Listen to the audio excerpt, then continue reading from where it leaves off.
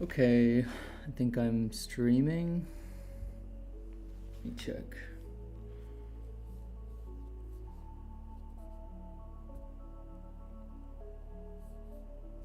Yeah.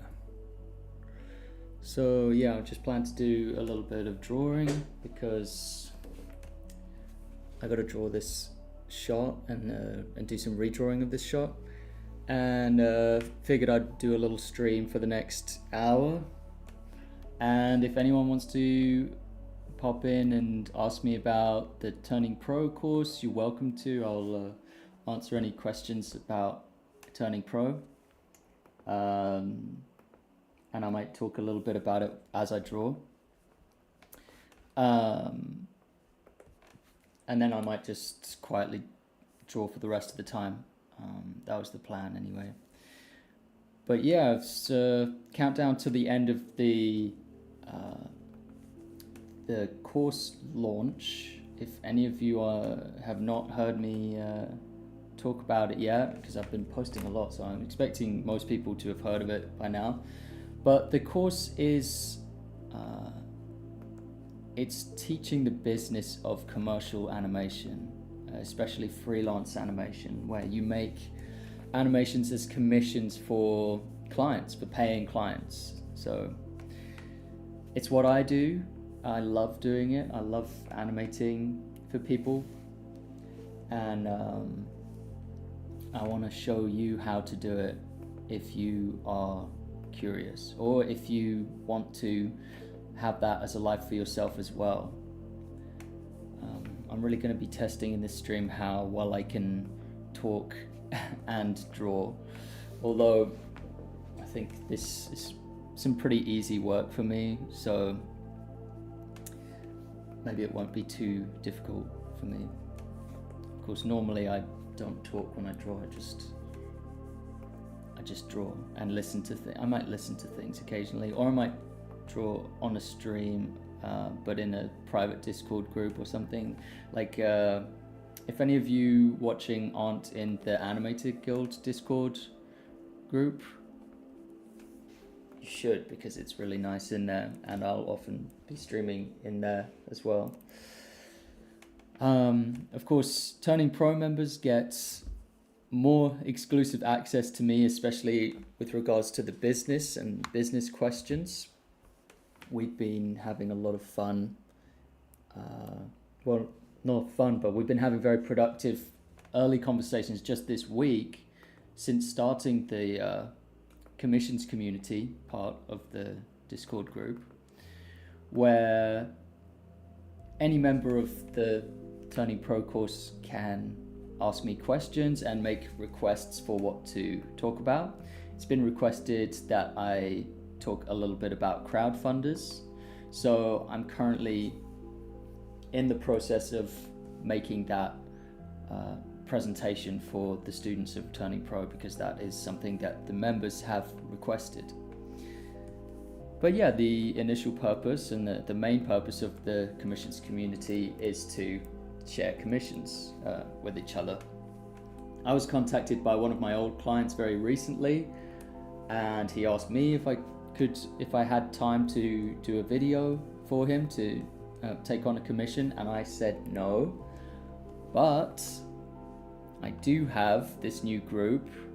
Would you like for me to talk about that commission in the Turning Pro group? And he said yes. So that's the first commission that I've shared in the Turning Pro group.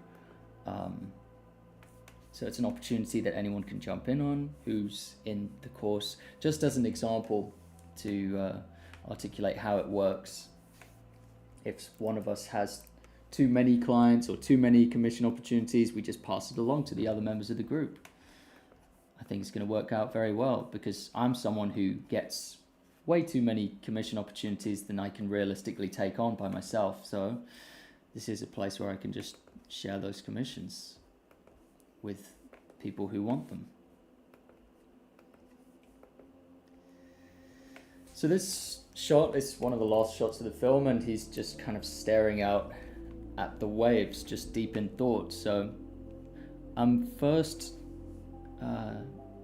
tweaking the initial drawing, tightening it up, getting the proportions how I want them, before actually redrawing it so that there's a little bit of passive movement. Even when someone's standing still or sitting still in my animations, because they're alive and they're breathing and their heart's beating and they're a person like me, they're going to be fidgeting a little bit, they're going to be moving a little bit, there's just a little bit of passive movement, and that can be captured quite easily by just redrawing them.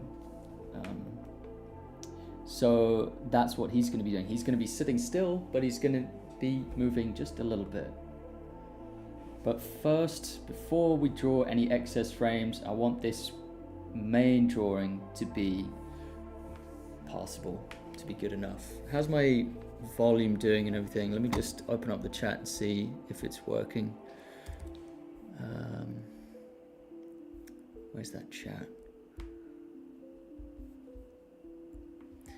Holler at me if you're watching. Myth79, hello. Shergz, I can't say that name, but yeah. So, just made an animation after 3 months of losing my equipment, and man, what the actual frick. I suck. Yeah, I'm a bit rusty as well. Of course, I've been working really hard on the Turning Pro course, and that's just me talking about the business, and so I feel a little bit rusty as well. Yeah, I've been missing out on drawing a lot. Even like I used to always take my sketchbook to restaurants and stuff. If I was invited out to a restaurant, I'd be that guy who brought his sketchbook. But not as of late. I haven't. I've kind of fallen out of the habit of doing that. And that's one of those ways where if you're spending time away anyway and you're spending time in that situation, like, you might as well be drawing. It doesn't really take away from the experience too much. And it was one of those reliable places where I could get my practice in. Recently though, haven't been doing it, I'm ashamed to say. And so that's something I want to get back into doing, just building it as a habit, like not leaving the house without the sketchbook. If I'm going to a cafe or something, just going out on one of those, on one of those little trips for fun. Taking a sketchbook is a way that you can journal your experiences. It actually helps you remember it better, I think, a lot of the time. Counterintuitively, people might be thinking, oh, what's he doing? Is he really enjoying this? Because he's just got his head stuck in the sketchbook. But what you're doing is you're observing everything around you, and you're hopefully putting that into the drawings. So you're actually noticing things that the average person might not notice, even if they're taking selfies and stuff. I doubt that people are really observing what it is they're taking pictures of on their phones. But you have to observe it if you're traveling. How much anatomical detail should animations on my portfolio have? That's a good question. Okay. It's totally up to you. Like, they could have close to no anatomical, accuracy. It could all be abstract stuff if what you want to do is abstract artwork. Like, you basically define the kind of work you're going to have by what you put in your portfolio. So if you enjoy doing anatomical studies, if you want some kind of Da Vinci level anatomical accuracy, then by all means display a lot of it in your portfolio, and then someone will come along if you're trying to get hired, they'll come along and they'll select you based on those qualities. But I would also say be aware of what you're trading off if you do that, because typically if you go into, and this is as an animator, if you go into great detail anatomically, um, you will potentially sacrifice the fluidity, the free-flowing nature, the spontaneity of your drawings and your animation. So that might not be a trade you want to make. It depends on what you go for. Really, I think a great artist will be able to capture the essence of a figure without having to go into such great detail. They'll be able to kind of create an impression, if you like. I'm really a big fan of the Impressionist painters, you know. I'm a big fan of John Singer Sargent, if you would call him an Impressionist, I would. Claude Monet. And these are painters and great artists who captured the impression of something without going into massive detail. Because, and to me, that always was a good priority. It's more about, it's kind of like a less is more approach. But that's just me. I mean, I'm now talking about my personal tastes in things. You know, it's I gotta say, from working with students for a long time, I will say it's quite typical of like students who are fairly new to this, to really want to go really hard in anatomical studies, and to believe that that's what's important, that's where the value lies. And for some people it remains that way for years and years, and that's their specialty, that becomes their specialty. But I would just say you have the choice. You don't have to.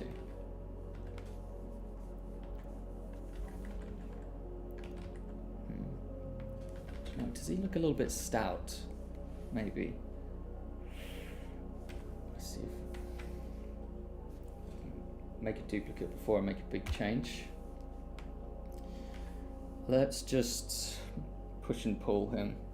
I drew this pose from reference, so the thing with reference is it's too real, you know? That's why I made the legs longer, because in my idealized world, people are fast runners and they're more athletic than your average person, and so they have slightly longer legs, especially their lower legs.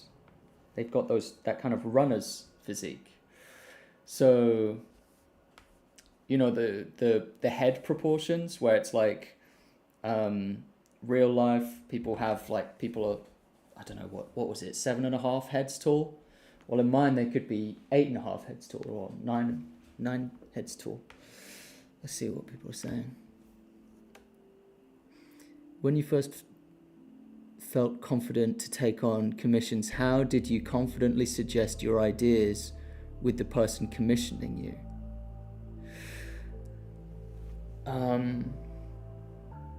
Yeah, good question. I think, you know, this is overall confidence, I think, is what we should talk about with this. Overall, how do you maintain confidence in your own abilities when talking with the client?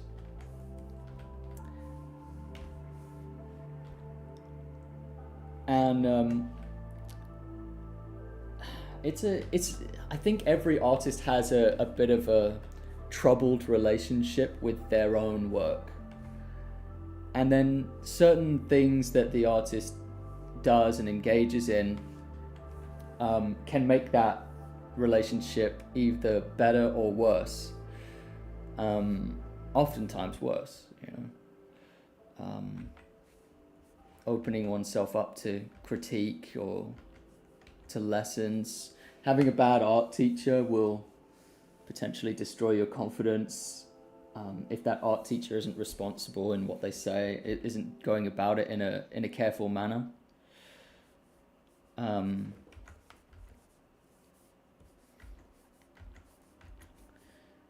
then one of the things I like to do is, you know, there are ways to boost your confidence or to bring it down a little bit, depending. You kind of want to have this healthy level of confidence. It's like an equilibrium of confidence. You don't want it to go too far in either direction. And so there are certain activities you can do that will either diminish your confidence or boost it. So one example of diminishing one's confidence is to just invite critiques from other artists. Just ask people, like, hey, go at me as hard as you want. So that's a way to diminish your confidence if you think you might be in this self-aware state, if you think you might be overconfident. And then a way to boost your confidence can just be to revisit your old work. Just to open up your old projects and look at how bad they are. and that boosts your confidence. It should boost your confidence because you see how far you've come. And you start to realize that the years of time you've spent, that you've dedicated to this, are years that your client didn't put into this activity. If your client wanted to go it alone and create the animation alone, they wouldn't be able to 9 times out of 10 because they haven't invested in their skill sets in the way that you have. So that expertise edge that you have over the client means you're, in some ways, in some regards, you are the expert in the relationship and they're not. So just remind yourself that, you know, how many years did you invest in your education? How much money, just raw finances, how much money did you invest in your education? Did you buy courses? Did you take those courses? Did you enroll in your local college or something in an art course? Did you go to life drawing classes once a week? Because that's what I did. I mean, I did all of those things and more, right? Those are things your client hasn't done. That's why they're paying you, because they don't have the time to do that stuff. And this is how economies work, in a way. You know, people specialize. Lots of different people specialize in lots of different things, and then they cooperate with each other. They exchange money for goods and services. And it makes the world go round, doesn't it? Because no one person can specialize in everything. You've chosen to specialize in animation and in your creative skill sets, hopefully. I think too much emphasis is sometimes put on the repetitive craft of it, the step-by-step how-to, and not enough is put on the creativity aspect, because creativity is something that can be learned. I try to teach creative methods, especially in the Getting Started course. I think I started to introduce this as a subject of like deliberate creativity. A bit like what Edward de Bono taught in his book Lateral Thinking. Lateral thinking is about creativity, but it's about deliberate creativity, which I find to be a fascinating topic. And there's also, as a director, there's the, you know, strengthening your vision and being able to work on your ability to visualize things before you create them. That's the ability of a director. That's something that I am working hard to do a lot, which is something I call iterative daydreaming. It's an interesting subject. I'll get into it sometime. Thank you, Steve Muchiri. Thank you.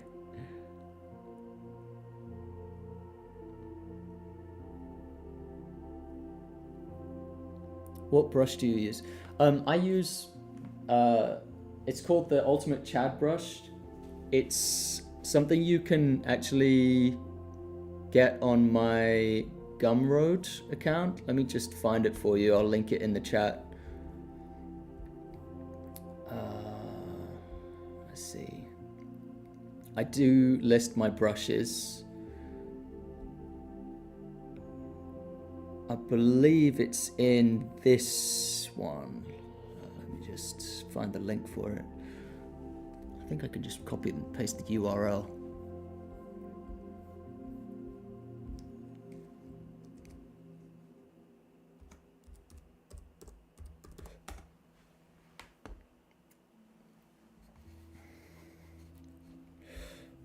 So yeah, that little looping animation that you see in the top right hand corner of this stream, that is the Turning Pro course intro. I worked with Lazar Corp on that. I had the privilege to direct and to commission that with Lazar Corp. That was a wonderful privilege that I enjoyed.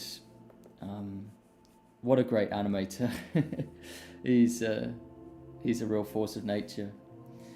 And the course is about the business of animation for anyone who's just arrived. So there's a little over 24 hours left on the opening sale. So now's the best time to get into the course if you are interested in doing commercial animation. Okay, should I stop faffing around with this drawing and just get to redrawing it yet?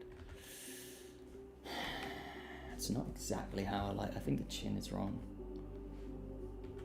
You know, I'd rather faff around now with the pose, with the main pose, than later on when I've redrawn it 4 times. And then I'm like, oh, the chin's wrong. I've got to fix the chin 4 times in a row. That's it. Let me check on this. Let me check my design.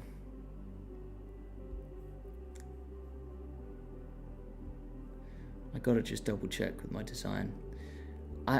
There's been a big gap in me working on this passion project because of the course I just launched. So I'm just gonna familiarize myself with the design. Where is it? Need that reference.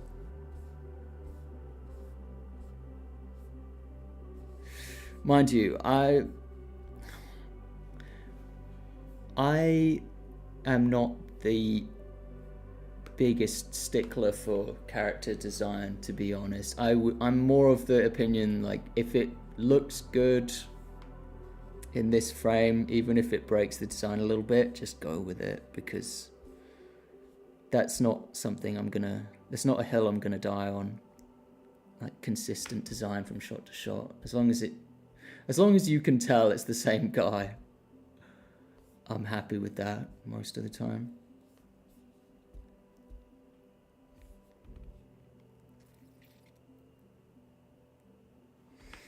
Right. Yeah, I think he looks alright. I don't know.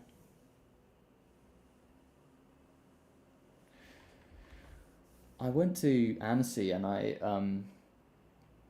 this was in the summer, and I got to hear Terry Gilliam talk. The Terry Gilliam. It was amazing. And his whole approach can kind of be distilled into a philosophy, if you like, around animation. So he made those really funny kind of paper cutout animations. And they're very funny. They're very... it's kind of like slapstick humor, but he was asked, could you distill your approach? And he said something along the lines of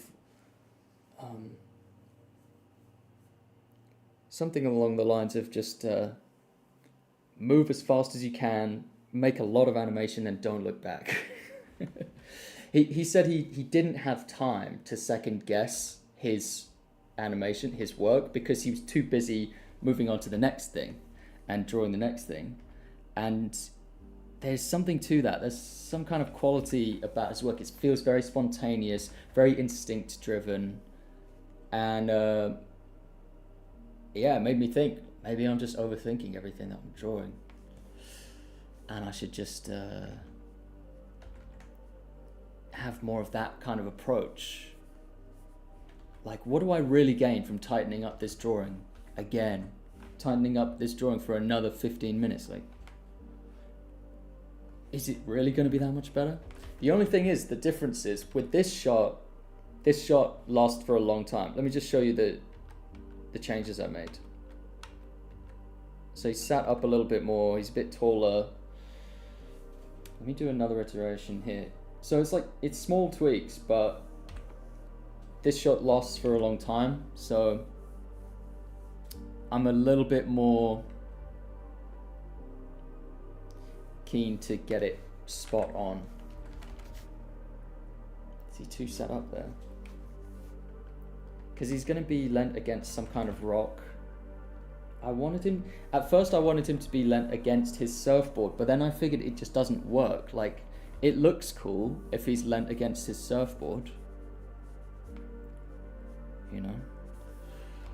But doesn't make sense, put simply. I've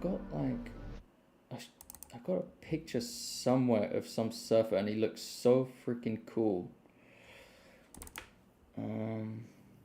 Yeah, this guy. Like, it's just a little, I only got the little thumbnail and I was like, that looks sick. As an end shot, it's like almost like a portrait of the character. And this character is a surfer, he's a competitive surfer. I mean, this image is tiny, this one's so pixelated.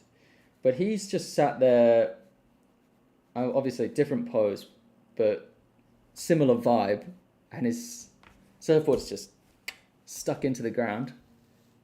It looks wicked. I should really keep that up. Well, I'm glad I didn't copy it too perfectly, but I don't think it would make sense if he was leant up against the surfboard. I'm taking that out. What do you guys think? You can control the drawing through me. He could be up against a palm tree. Yeah, he could. Yeah, palm tree could be nice.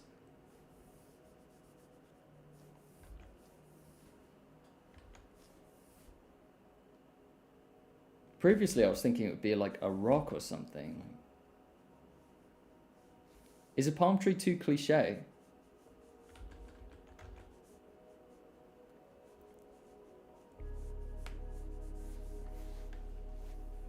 I want his surfboard to be somewhere.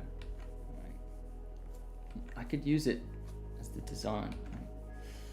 Right. Or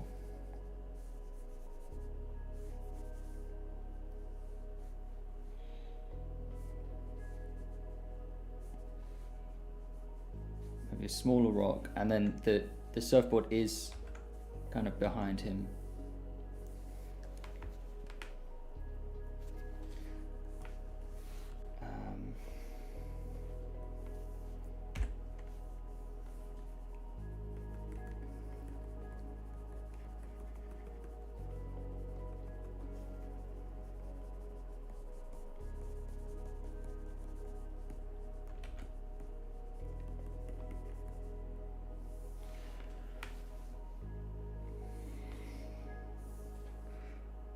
Later on, I'm going to try and do some kind of ripple effect through the grass and the flowers, kind of Ghibli style.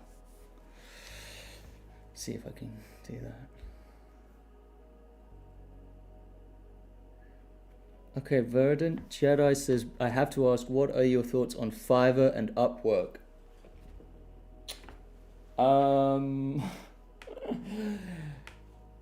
You know, this is how you know that it's that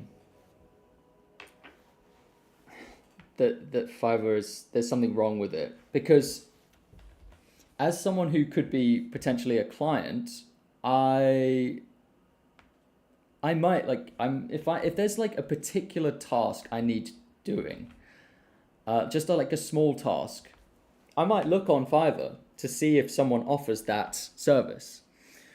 So it's very good as a user of Fiverr. It's like a good place to find people to work for you. But as someone who offers a service, I wouldn't go anywhere near it. Like I don't like it at all. I want to stand apart from my competitors. I don't want to be in a lineup, like a lineup next to everyone who who's competing with me. I want my work as an artist to stand alone, to stand on its own, and to not be just lined up with everything else and like commoditized, you know? It's not like something you can buy on Amazon. If you're gonna commission me for an animation, it's not something you can buy on Amazon, just put in an order and you can't just browse through a bunch of different animators. Like, the idea is that you come to me if you want my style, and we enter into a relationship, and I listen to you and I offer something very unique and tailored, and it's not a product, it's a service. And what Fiverr has done is it has productized services. So it's treating services like products. But a service is not a product. Not if it's a proper service. If it's like a microservice, which I think is what Fiverr is. If it's a microservice, then yeah, maybe it is similar to a product. But a service that I think of is like consulting, which is pretty intangible actually, when you think about it. A service is something where you kind of respond to the unique needs of the client. And I just don't think that the way that Fiverr productizes services, I don't think that that's favorable at all to how real consultants and real service providers operate and what they need. And it's often a race to the bottom. You know, it's too much to do with the price comparison. Whereas with me, it's more like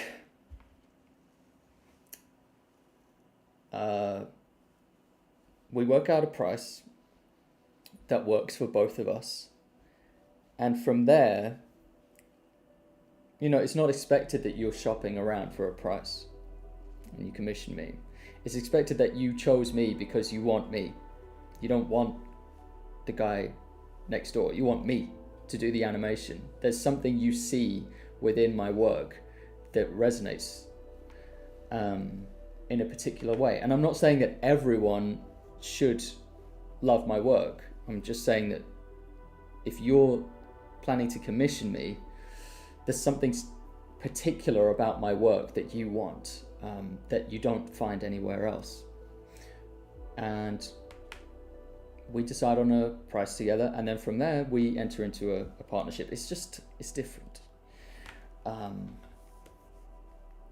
Yeah. I don't know if I answered that very well, but that's my hot take. Hi RJ Animations, how's it going?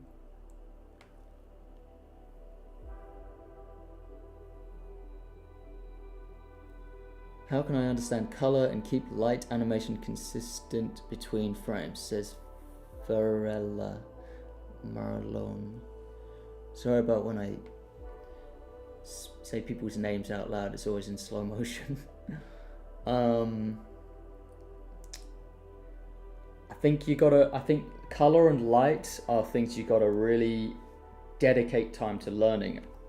And that's, I feel a bit hypocritical saying that because I don't spend nearly enough time studying color and light. And I often try and hack my way to a result. Don't be like me. Take the time to do studies, lighting studies. Take a picture of outdoors when you see the sky is really nice. Take a picture of the street that you live on. Bring that into Photoshop, color pick it. Or put the photo next to you, print it out as a photograph, and try to paint it. Without color picking, try to paint it and get the color and lighting, the ratios, the values. Do value studies on it, try and paint it in black and white. Then try and bring in color. Try and get to that result with real examples. And this is something that people dedicate their entire lives to, unfortunately. Learn from the greats as well. Learn from the greats. Learn from Monet. have a look at that Monet lighting study that he did, where he painted these two stacks of hay, and he painted them at different times of day. There's like dozens of these paintings. It's the same composition, and he paints them at different times of day with plein air painting. Genius. And each one is beautiful. That should be like your, that should be like your holy grail. Is the greats. Study the greats. You got to study the greats. You can't expect to be great unless you study the greats. I mean, maybe you could be great without studying the greats, but that would be a fluke. That wouldn't be, you can't expect that. You can't expect to be great without studying the greats. You got to know where you stand as well. Like, where are you? In the art world, in the art ecosystem, where are you? You don't know unless you understand the context in which you're creating artwork.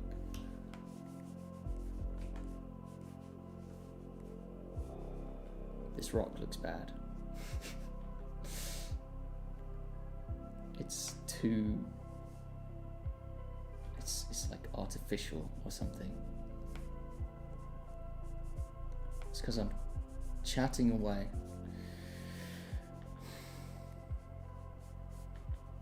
Not concentrating. Now it looks even worse. Well, I just keep working at it. How about that? Okay, we're seeing a little evolution here, That's because I keep track of, I make duplicates every now and then when I make a change. It's kind of fun to look back on it, isn't it? We started here, and we went here, and we went here. Now I'm just kind of fiddling around the edges. I'm just adding stuff. So that's a sign to me that maybe we can move on. We can move on to the next part. So yeah, I'm going to lift this background off of him so we can focus once more on him, because he's going to be moving. Maybe within this stream I can animate him. I don't expect to be able to do the background in that time. Everything moves very, very slowly for me. I'm not a fast animator. This is a red layer now. Red just means, it's not important. It's almost expendable. It's discardable. I like to color code my layers like that. White means it's a helper layer. It's a reference of some kind. It could be a diagram to help me understand the movement of a scene. That's what white is to me. And this is all just, it's not official what color you give it, but it helps me. Okay, turn that layer off. Light blue is where the action happens. Oh, light blue, that's where the action happens. That's the main stuff. So let's put some of these down and let's redraw it. I'm just gonna redraw it. I don't think I'm gonna get it that much better. Wait, maybe the leg. Is his leg ballooning a little bit too much? Maybe. Just thinking out loud. This is not a stream for people who want to hear someone get to the point really fast. This is a stream for people who just want to chill. Maybe listen to a bit of my thought process. And maybe ask a question in the chat about the business of animation if you want. RJ Animation says, I'm pretty sure this is going to get covered for the course, but how much do you charge per hour of work on smaller projects? RJ, I want this kind of information, the very, the personal stuff. I want that to be contained to people like you who are serious about learning, and I have provided it inside the course. However, due to the 30-day money-back guarantee that I have with the Turning Pro course, I have kept the really sensitive lectures. They get unlocked for you. You'll unlock these as a student 30 days into the course. So 30 days into the course, which is plenty of time because there's a lot of lectures before this chapter of the course, they'll be unlocked for you. And this is just so that people don't take advantage of that 30-day money-back guarantee and be like, oh, I found out how much Howard makes because, I just jumped into the course and then got a refund. You would think that people don't do that, but they do. I've had in my last course, there was this guy who pretended that his son got a hold of his credit card and bought the course, and then he used he wove that whole story to get a refund, and he actually did it so that he could go inside the course, steal all of my videos, and repost them on YouTube with some rubbish commentary over the top, some kind of voiceover over the top. And it was really poignant because I said to him, when he said, look, I have to teach he was just lying. And he's like, I have to teach my son that he can't just steal from me and go behind my back. And I said to him, I respect you. You're a good father. You're a good parent for teaching your son the value of, earning something. Little did I know, this guy had just made up this whole story to ask for the money back, and he had ripped all the videos from inside the course. I felt a bit hard done by with that. What can you do? Fun story. Yeah, it's scummy behavior. Yeah, that was that. I'm not gonna lie, that kind of shook my faith in humanity just a little bit. The fact that I had commented, I had just said you're a good father, you're a good person.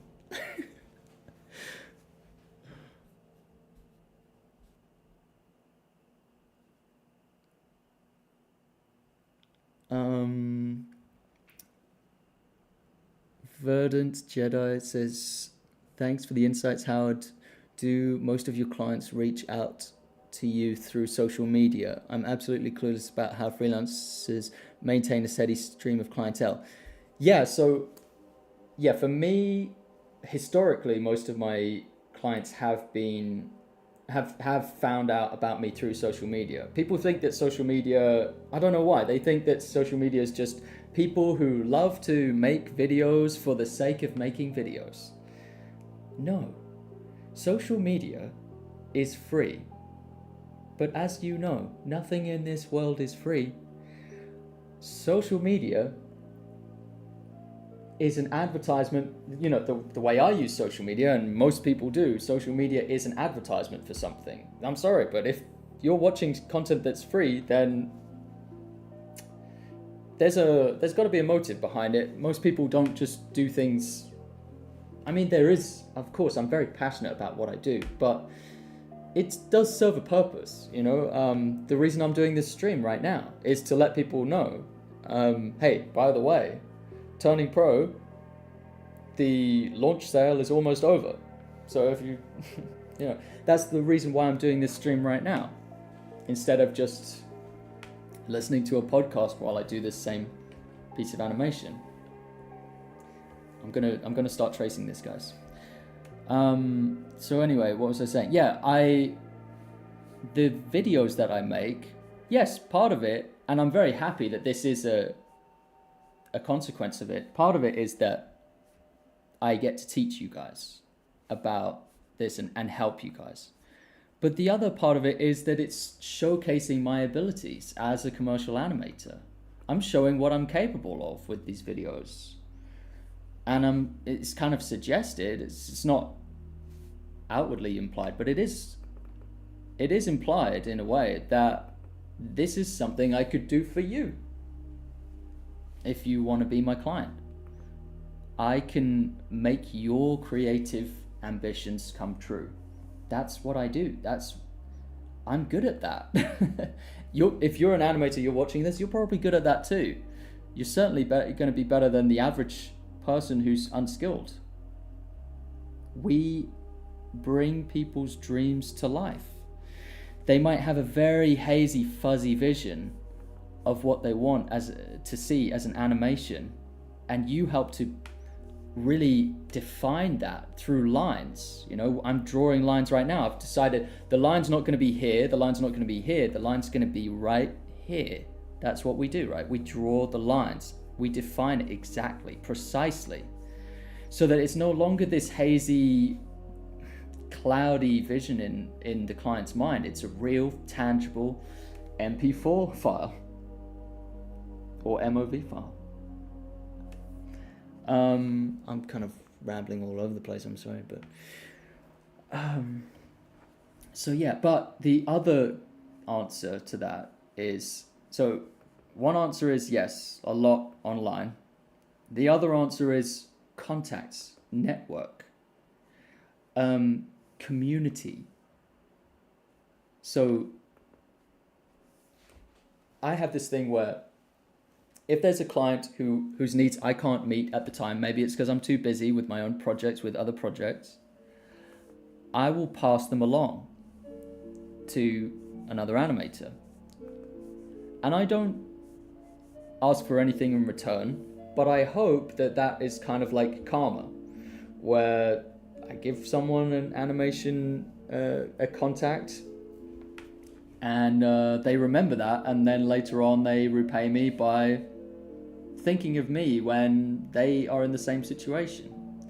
And this is kind of what I've done with the Turning Pro course and with the commissions community. This is what we're planning to do.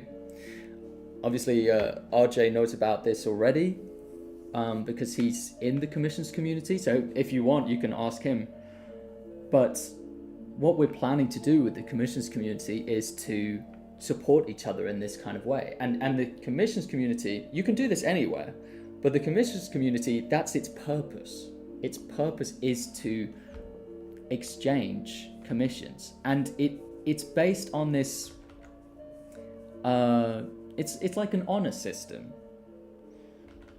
Everyone is expected to provide the opportunities they find out about or they know about, the ones especially that they can't do. Because as animators, we have a very limited, if we're solo animators, we're freelancers, there's only a limit to how many clients we can take on per year if we're really giving it our best effort. So the rest of the clients that contact us, well, just let the rest of the homies know about it.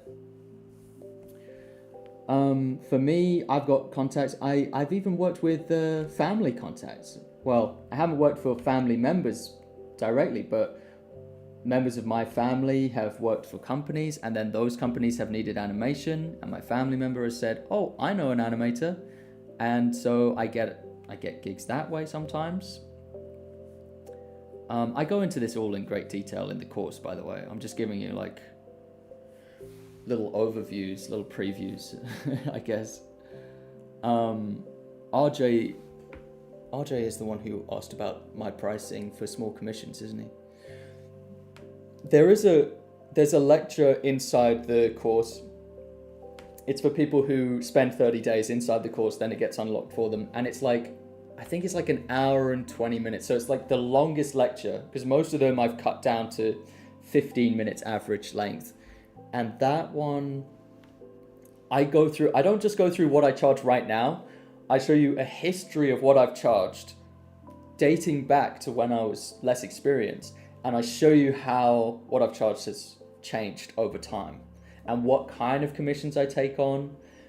And it's like it's laid out in a whole timeline of my history of commissions. There's loads of different commissions on this timeline to give you an overview of that in great detail, probably more detail than was necessary, but I wanted to really articulate the my experience and how that led me to the lessons that I'm now teaching.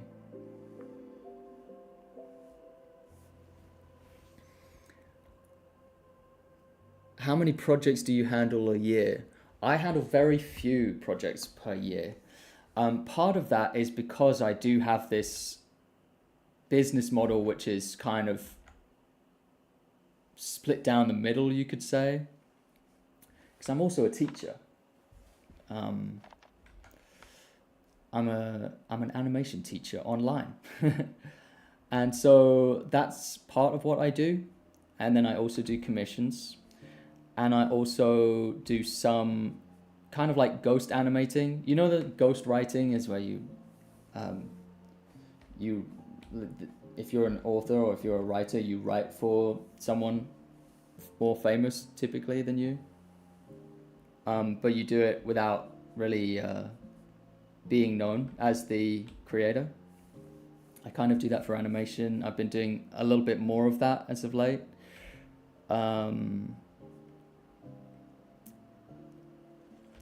Just because I decided to accept a few offers, a few opportunities that came along.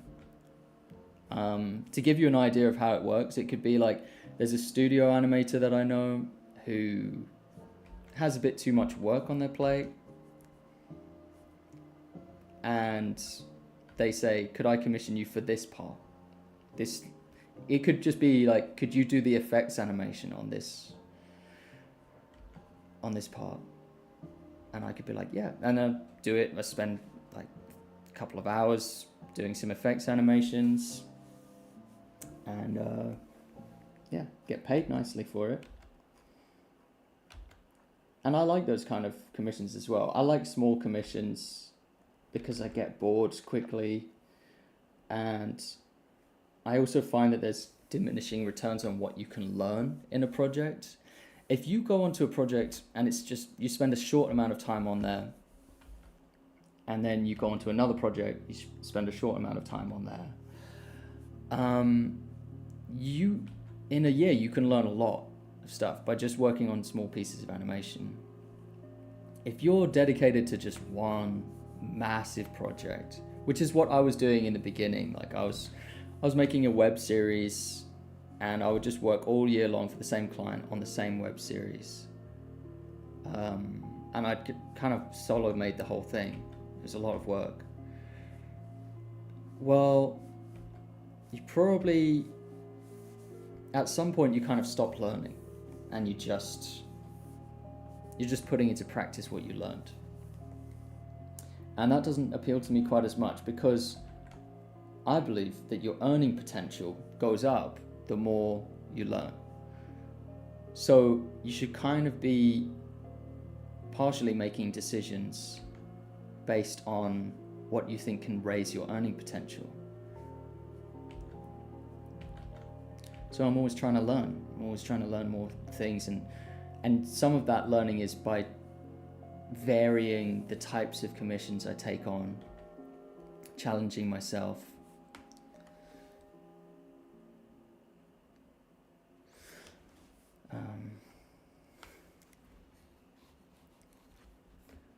Hello, Chizyapo Chiponda, good evening.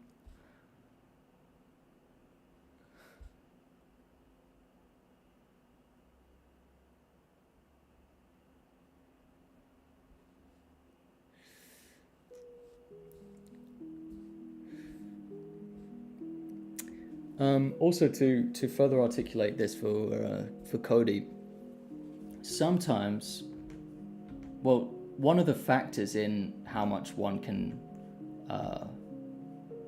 how many projects, there's a few factors that go into it. One of the factors is how many can you take on per year? My business model is to not chase clients. So this is kind of like my policy at this point. It's my rule. I don't chase clients. So it depends on how many clients reach me. And that number of clients that reach me, part of that depends on how well known I am during that year. And this varies. This doesn't stay the same. I was more famous for my animations back in like 2019 and 2020. That was like a real peak for me, where I was getting way too many commissions. Way too many. I couldn't handle it all because I was a lot more famous at that point. There was more traffic coming to my portfolio. And it was too much for me to handle, really. But I ended up having to turn away a lot of clients. But yeah, so some of it is actually not in my control because of the way I run my business. And I still maintain, I firmly believe that is the best way to run the business, is to never chase a client.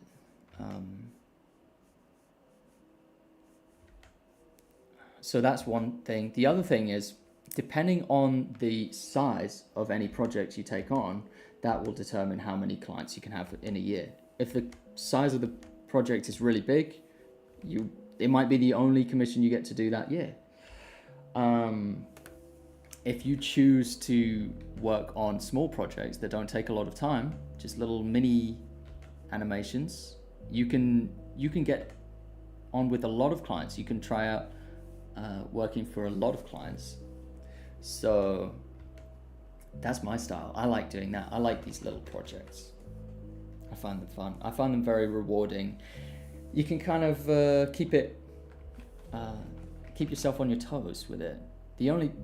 There are downsides, like you have to end up having more introductions with more clients every year if you do that. You might have to be introducing yourself a lot. You might have to be writing out more contracts. If you really hate writing contracts, maybe you should work on large projects, because then they'll last longer. And then you don't have to write out quite as many contracts. Something to consider. Okay. On to the next drawing. We've redrawn him once. I'm very slow today because a lot of my mental effort is going into chatting as I go.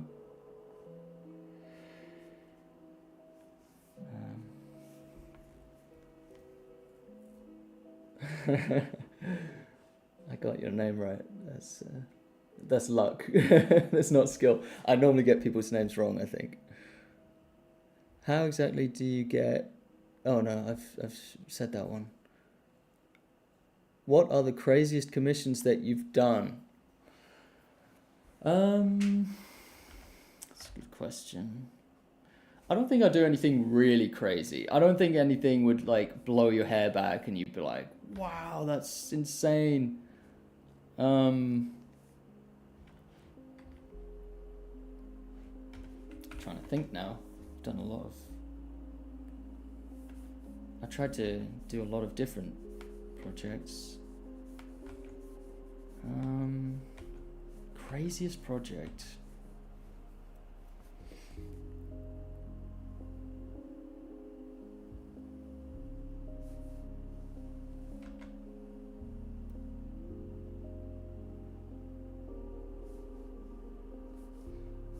I think there's one where I was, I think the project was called NSFW, and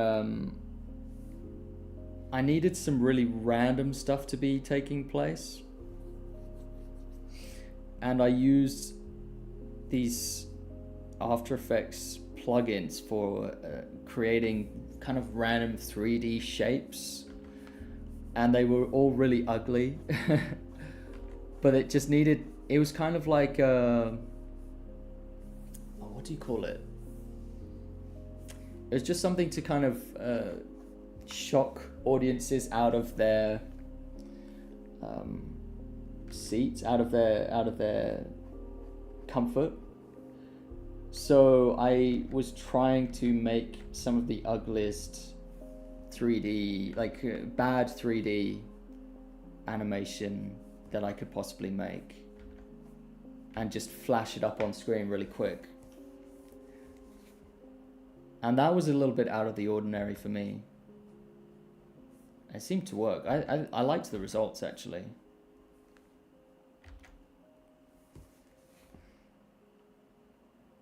And the fact that it was 3D was a bit novel as well.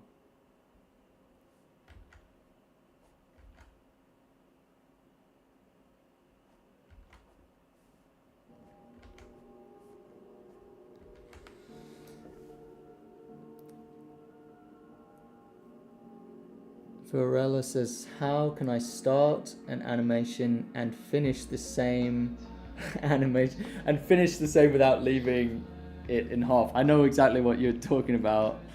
I have a lot of friends who tell me about this. I'll ask them like, hey, how's it going? How's it going with the animation? I remember you sending me the start of your animation and I was really impressed with how it was going. It looks great. I can't wait to see it. And this is like a month after they sent me progress. And then I get the response back, yeah, I'm not working on that project anymore. And I'm like, why? It was so good. And they're like, nah, it's a rubbish idea. I didn't like the idea. But now, with this next project, I'm confident that this will be the one. And I'm like, dude.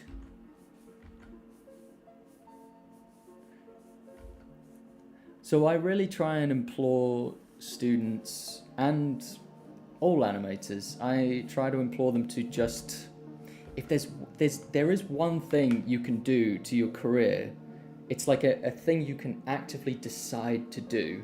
It takes a lot of willpower, but it will help your career a lot. And that is to finish your projects. Finish your projects.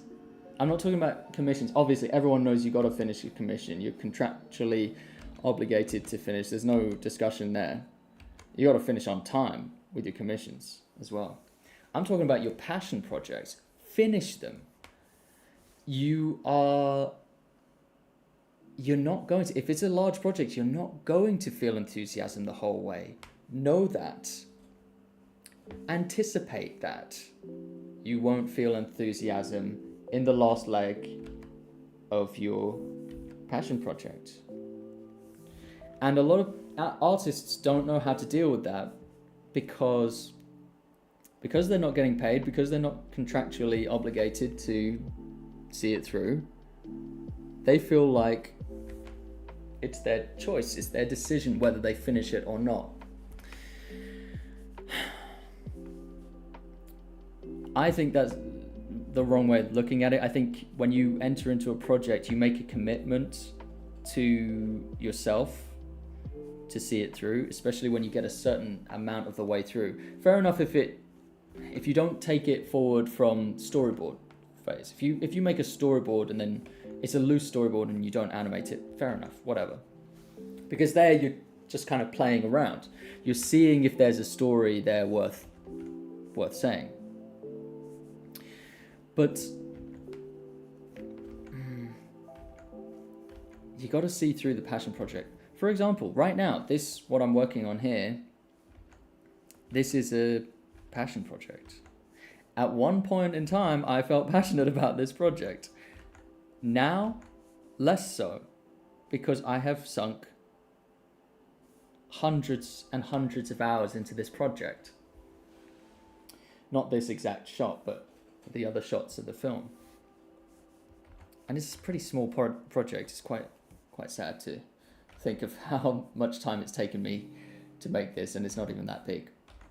But whatever.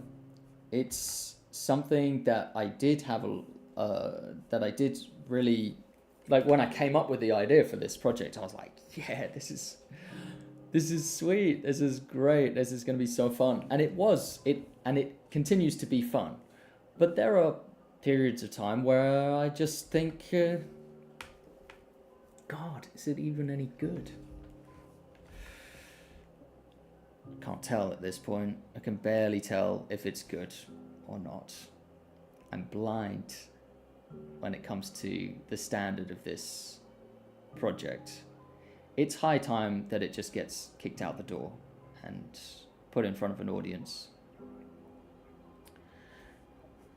But these are the reason why this doesn't discourage me is because I've been in this situation loads of times before. I'm experienced. I've felt this way many times before. I know to expect it. I anticipate that I won't be really enthusiastic at this point in the project. But I'm still here. I'm still doing it. I'm still showing up. Sure, I get set back. I get periods of time where I have to go off and do other things that have commercial value, that are going to bring in some, that are going to keep the business going. But then I come back and I open up the project file again and I work on the project file, whether I'm feeling it or not. It's got to get finished. It's got to get finished. It's not a question to me. And that's really the advice I would give, is it shouldn't be a question. Do I finish my project or not? That shouldn't be a question.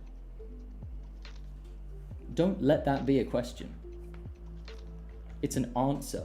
I will finish my project. I'm not going to abandon it halfway through. That's not me. I don't do that.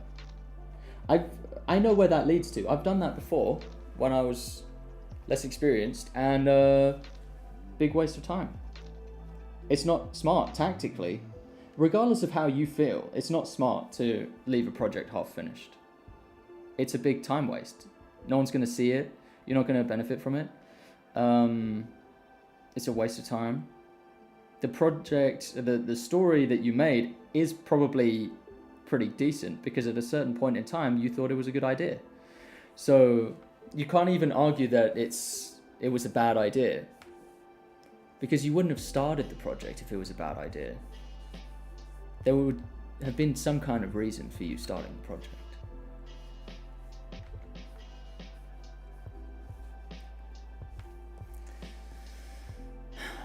Yeah.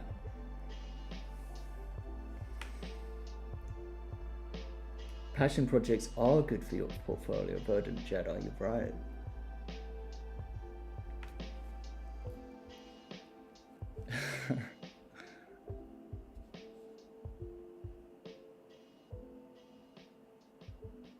Front walk cycles, Lord Justice, front walk cycles are tough, yeah. So the keys to a front walk cycle, in terms of where you place them, how many keys you have, the timing that those keys follow, that should work exactly the same as a sidewalk cycle. So you have like what is it? An 8-frame loop. Is that the usual one? You have a 6-frame loop, an 8-frame loop. 4-frame loop is usually running very fast. You can have a 3-frame loop if the run is ultra fast. But those kind of things, they work the same from a front angle and a side angle. Shouldn't change them at all.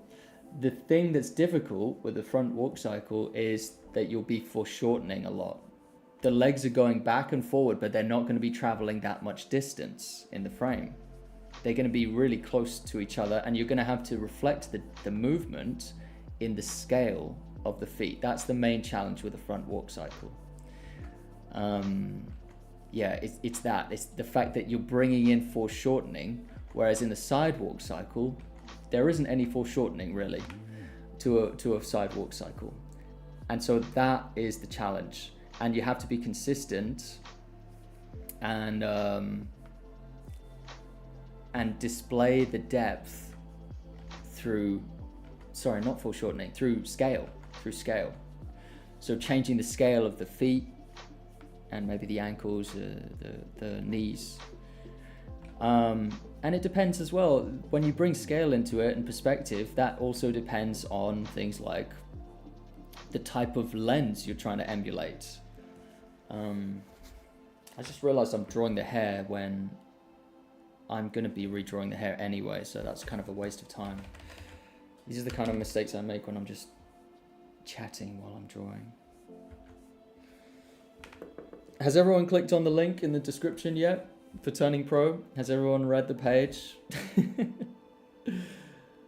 That's why I'm here. I need to remember why I'm here. Make sure you check out Turning Pro before the end of tomorrow, because now's the best chance to get in, guys.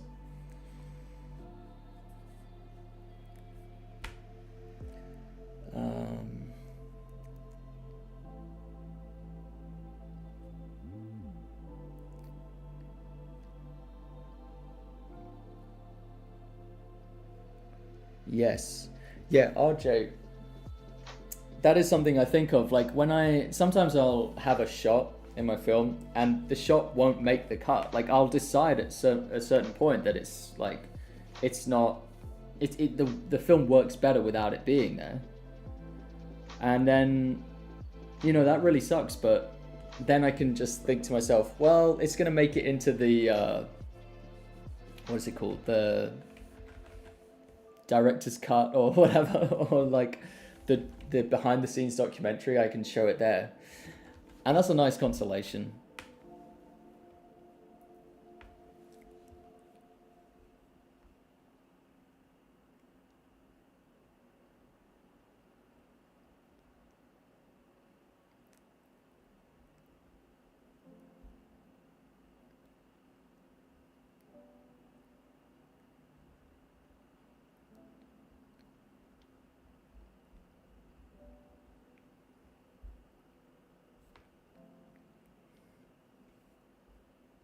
There you go. RJ just said that he's learning a lot from the first 3 chapters.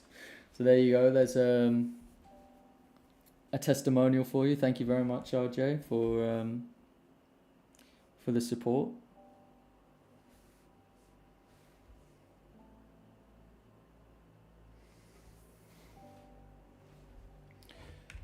Should I finish this hair? I'm going to redraw the hair anyway. I think I should start separating the hair actually at this stage. I don't think I should be redrawing the same hair pose because the hair is not going to follow the same breathing animation as the rest of the character. So I'm going to start cutting out that hair, cut to layer. I'll just put it on low opacity.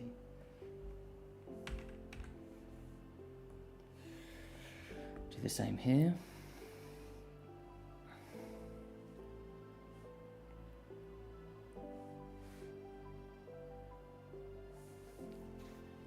Where's my key for it? I have a key. I've forgotten which one it is. Oh yeah, it is that one, but I did it on the wrong layer.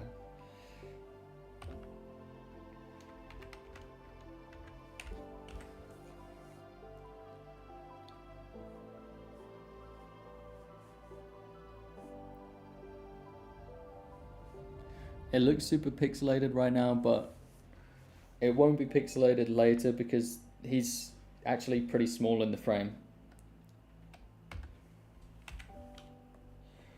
Okay, let's merge them together. I'll just hide the hair for now. And I said I would do a 4-frame loop. I do tend to find that the more frames you do in one of these resting loops, the better. I would do 4 as a minimum for my style. Some styles you can do like 2-frame boil and that works, but for my style it's a bit closer to a kind of Disney style, and in Disney they would redraw a lot, do a lot of redrawings with their resting poses. And actually, they would even take it a step further. They would do like chest moving up and down. That's something I might end up doing. Cody says, one of my clients critiqued how I draw hands, so I made them ugly. And guess what? The client loved those ugly hands. I'm officially in the ugly hands business now. So well, to each their own. Yeah.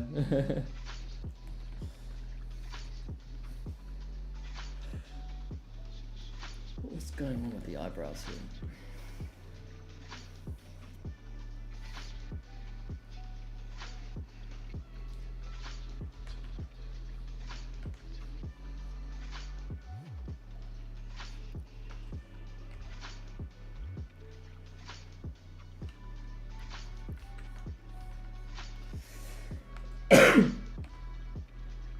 I won't be streaming for that much longer. I know it's a quick stream, but I'm going to be having dinner soon.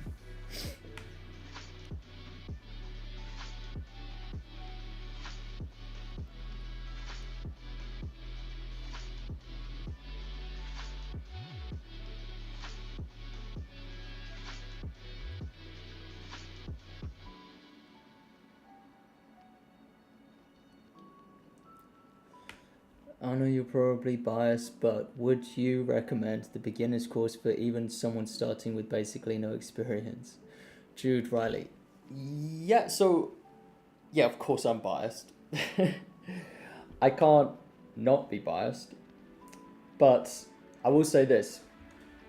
I designed the Getting Started course to pick anyone up. So anyone with any level of experience, the Getting Started course. Sorry, I'm just trying to fix this eyebrow. The Getting Started course starts at square one. Really, really square one. It's like, it talks about what tablet you should buy if you're a beginner. What are some of the things you should consider when buying a tablet? So it's like for an audience of people who don't have a tablet yet, people who don't have software yet. It goes into, I've got a list that breaks down software. There's a list for free software and what I think about each software. There's a list of paid software for those who have money to invest and what I think about the paid software. So you could start the Getting Started course without even having a tablet and software yet. It's going to start you off with some things that I wish I knew before I'd even started. It kind of introduces the medium of animation. What is animation? What is it? Okay. How should you conceptually approach the subject of animation? We don't go too far into the history of animation because I know that's not really what you want to hear. But we do, I think it kind of gets you off to a good start with animation. And then beyond that, it breaks it down. What is animation? You know, animation, to me, the main three subjects you really got to be interested in and you got to be working on, you got to have some knowledge on for animation. It's the movement itself, the art of moving something. So we go into that. It's drawing, and it's storytelling.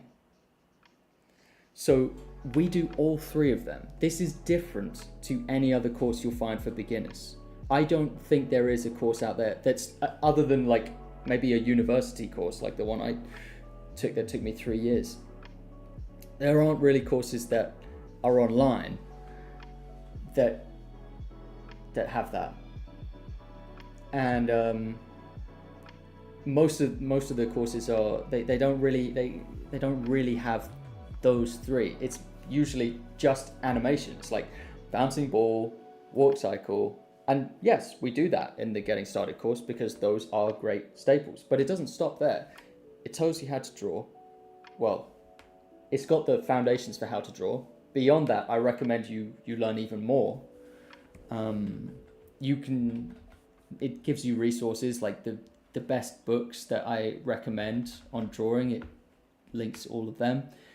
And then it also does storyboarding. It gives you certain concepts within storyboarding, like the 180-degree rule, the 45-degree rule, the rule of what's it called? The rules of continuity in editing. It even tells you how to add sound to your animation because, again, that's like a really important part of making an animated film is adding sound.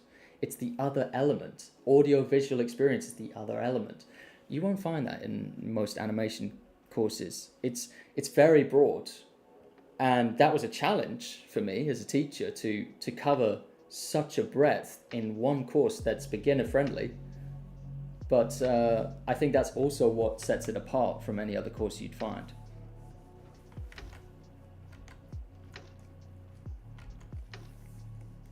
Because it's kind of a challenge where I was like, well, if you were sat next to me and my job was to bring you up to speed with how to animate, maybe to be my apprentice or something, maybe to like work on an animation production, and I had all the time, like there wasn't necessarily a time limit, how would I start you off? How would I build the foundations for a great animator? That's the Getting Started course.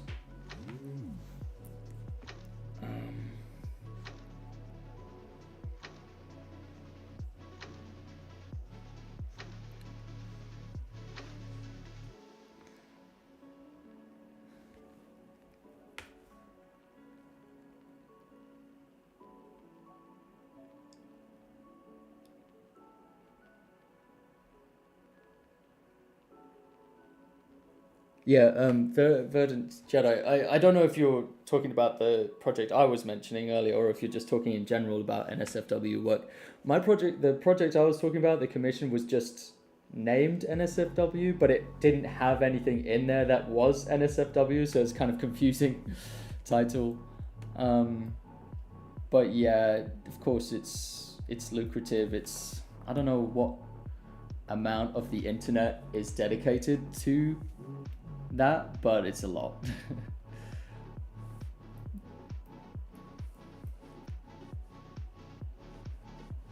It's a kind of a double-edged sword. There's probably a lot of animators out there that have like anonymous accounts that create that kind of work.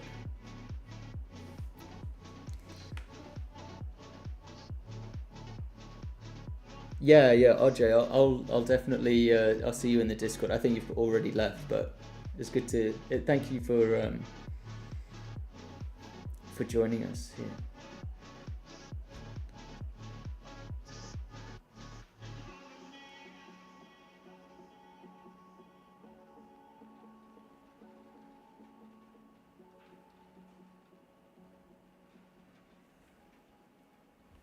Thanks, Jude Riley. Thank you.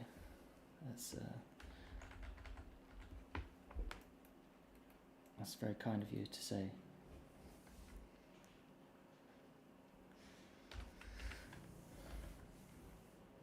All right, let's just get this last drawing done. Enough chat, enough chit chat.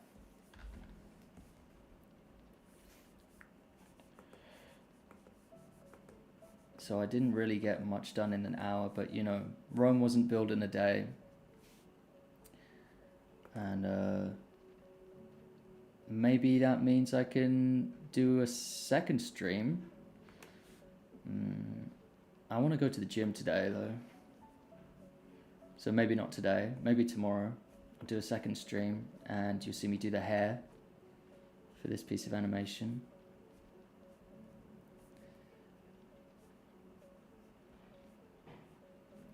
It's actually kind of good to stream with something that's not that difficult. If it was difficult, I wouldn't be talking at all. And I have done those kind of streams before where I've done like silent streams. I'm not talking. I don't know, what do you guys prefer? Do you like me answering questions and talking, or are you just here for the drawings, the drawing process?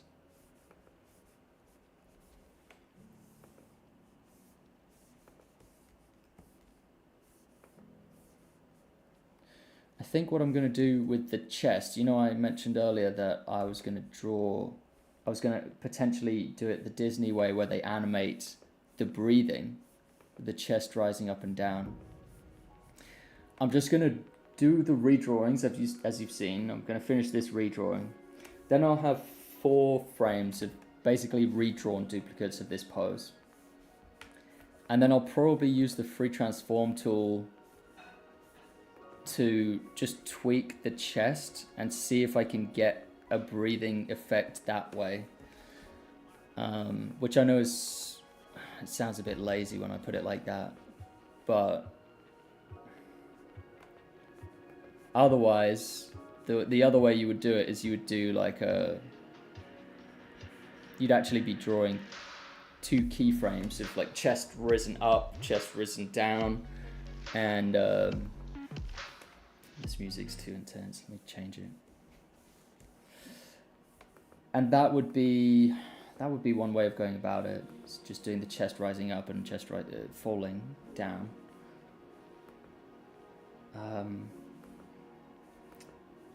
But that could end up looking a bit too deliberate. Or, I don't know if deliberate's the right word. It could end up just being too much. I want it to be really subtle. Because at this point in the story, he's not out of breath and he's not breathing super hard. He's not doing some kind of yoga class where he's being told to breathe in and fill his lungs. He's just got a very resting heart rate and he's just breathing nice and calm, nice and slowly. And for that takes subtlety. That's just really really small movement. So I think I can just do some very fine tuning to tweak that once these drawings are redrawn. But I will play back what I've done so far once I've completed this drawing.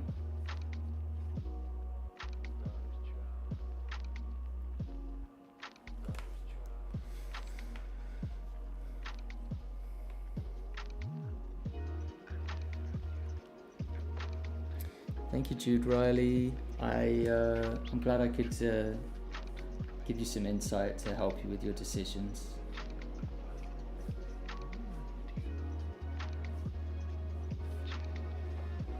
How are we doing? 32 people watching. That's great. Thanks, guys, for tuning in. It's really cool that I can just set this to stream and people come by.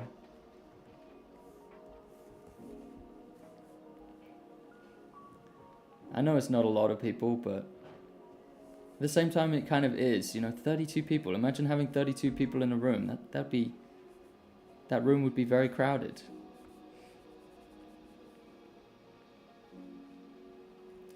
Kind of forget that online. It becomes so abstract, these numbers, these large numbers.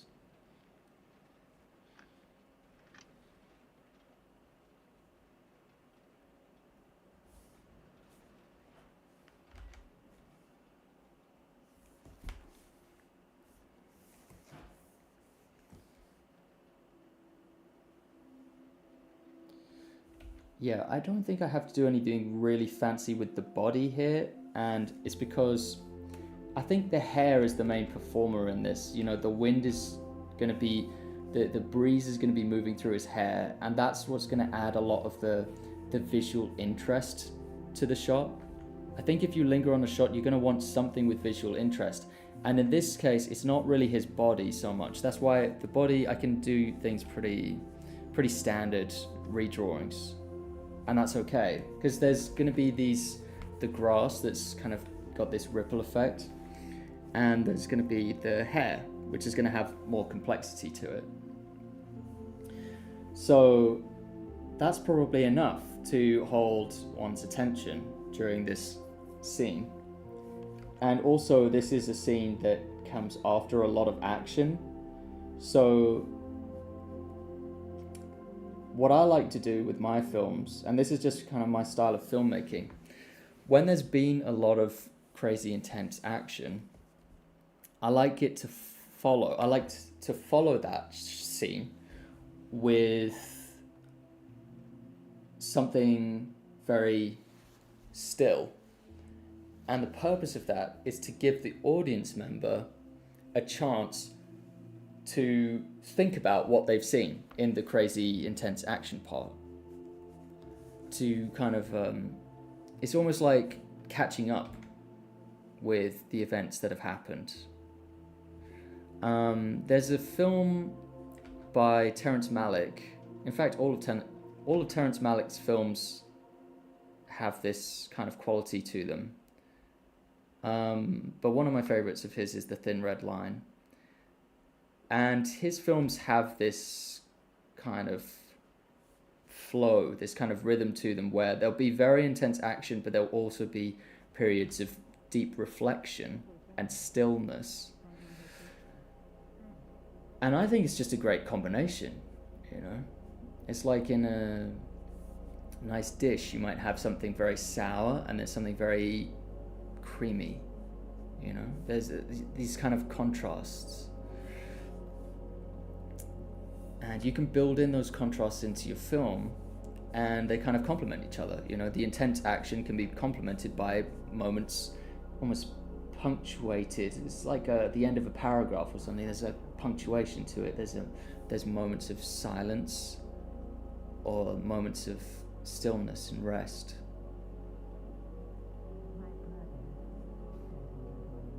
And these contrasts, I think, are just understanding the concept of contrast can help with the directing a scene and creating an experience.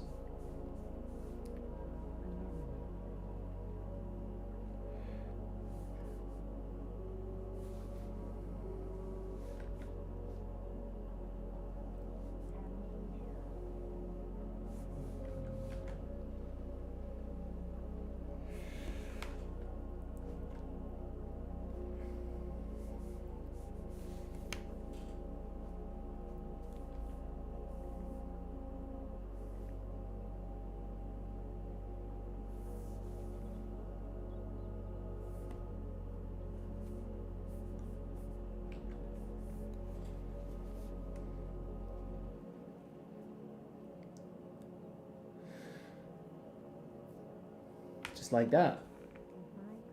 Wasn't talking for a while, and I think it made the stream better. I've got a question here. Hi Howard, thoughts on using a normal pen tablet for animating? Is it a big deal to upgrade to a display tablet or just personal preference? Thanks for all your content. Yeah, Scooty Speed might, I think it's not just preference. I think screen tablets are better. Like, most people, I mean, it does come down to opinion, but most people will agree that screen tablets are closer to drawing on paper, you know? They have that same feedback method. But, I mean, I got by with a normal Surface tablet for a long time. And didn't stop me from making films. So, you know, if you're limited by the resources that you have, and, you know, you can get by. There's no excuses. You won't find excuses here for not making the film that you want to make. You can do it with a Surface tablet, no problem. You know, your hand and your eye, they're very quick to adapt. They should be very quick to adapt to their circumstances. They're remarkable tools. Your hand, your eye, your brain. You can change. They can adapt to their situation quite well, I've found.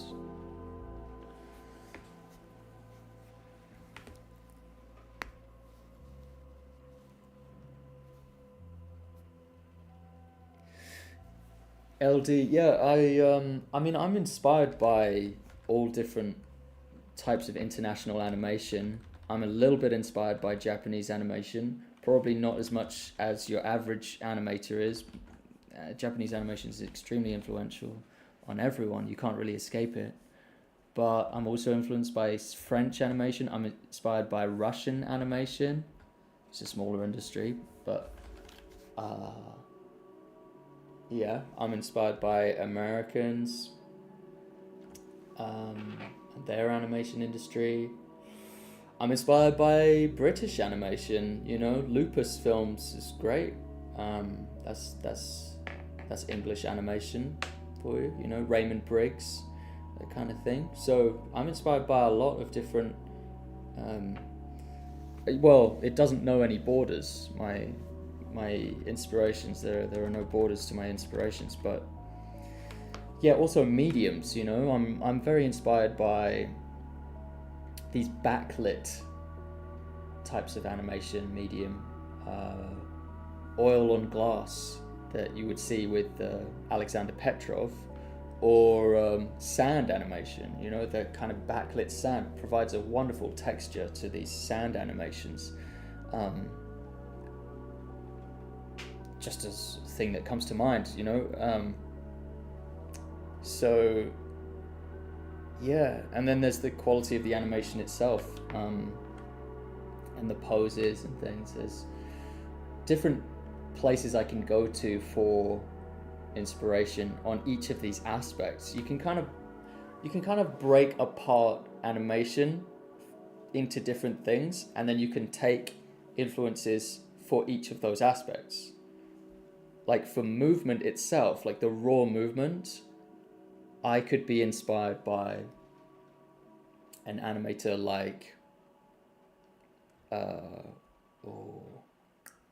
would be the best example? I don't know, I'm very inspired by Shinya Ohiro and how stylized his movement is. I couldn't recreate it myself, but I'm very inspired by it.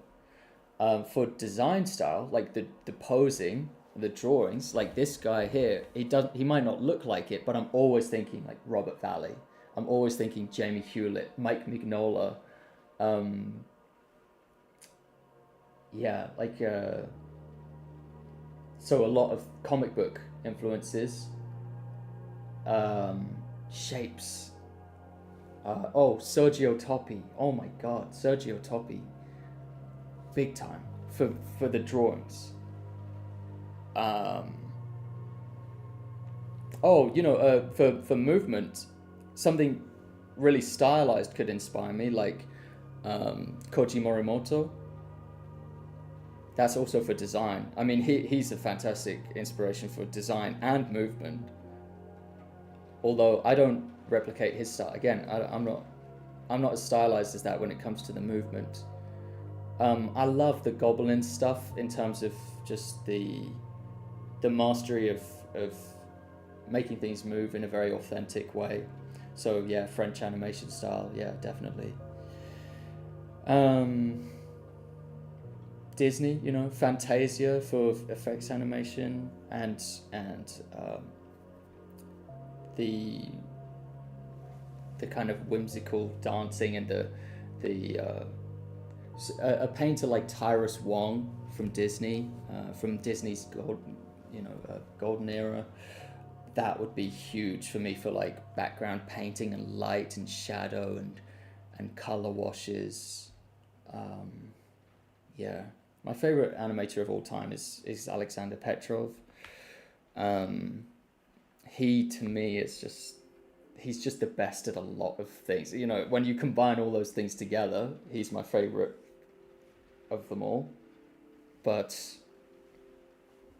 yeah, I take inspiration from all kinds of places, a lot of places that people wouldn't expect as well.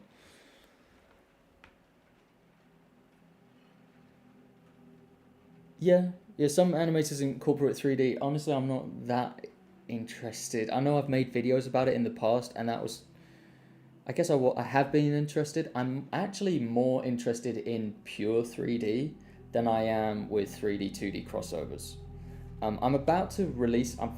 Haven't finished editing it yet, but I'm gonna be releasing a video that's not about 3D 2D crossovers, but just about pure 3D animations and how they've influenced me and inspired me. Animators like Chris Landreth have been hugely inspirational to me, and they've got nothing to do with 2D hand-drawn animation. They are 3D animations.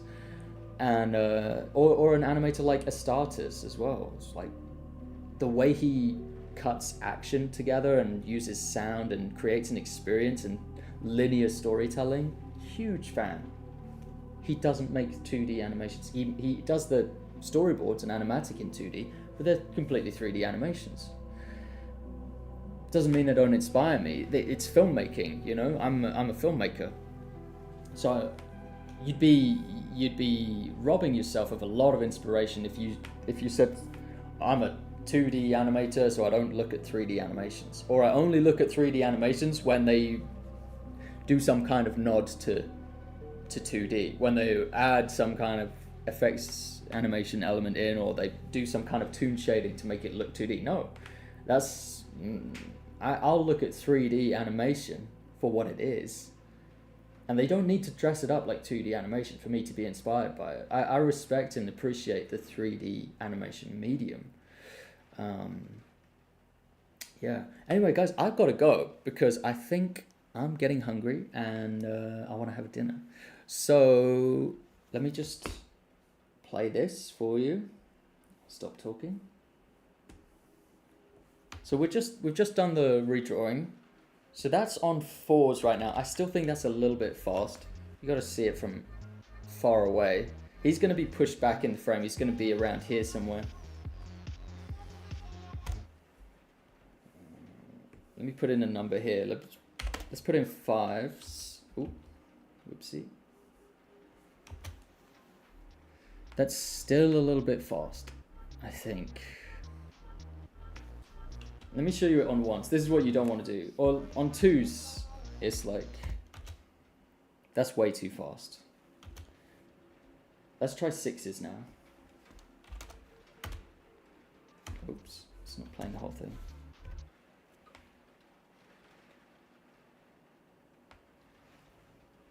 That's pretty good. Like I said, it's going to be pushed way back, so it's going to look... Let me see the storyboard. No, that's not the storyboard, that's the reference.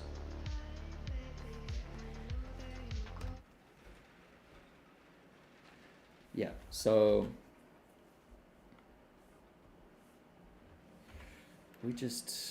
yeah, we should put it actually into scale so we can get a feel.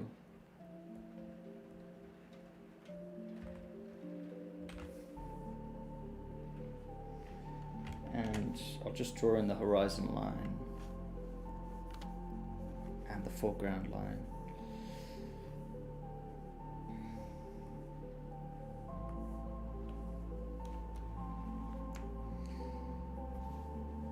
Let's take out the environment.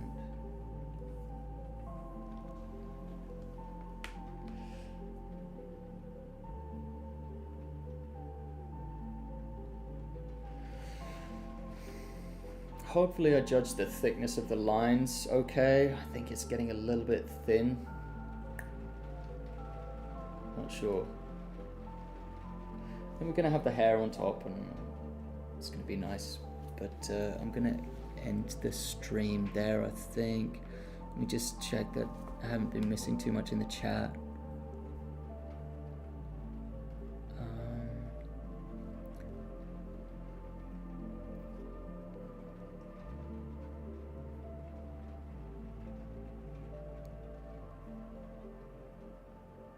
Thanks, LD. Thanks, B Cube Mation. Thanks, Owen. I'm glad you could feel the O'Hara inspiration. It's probably a very light inspiration, but that guy is so just in a different world to the other animators in the anime industry. That's why I pick him out from the anime industry, because he just doesn't fit the molds, you know. He must be a very stubborn character because he just does his own thing. And but I think that ends up making him better. Like, it makes him stand out. Yeah. Are you going to use Blender?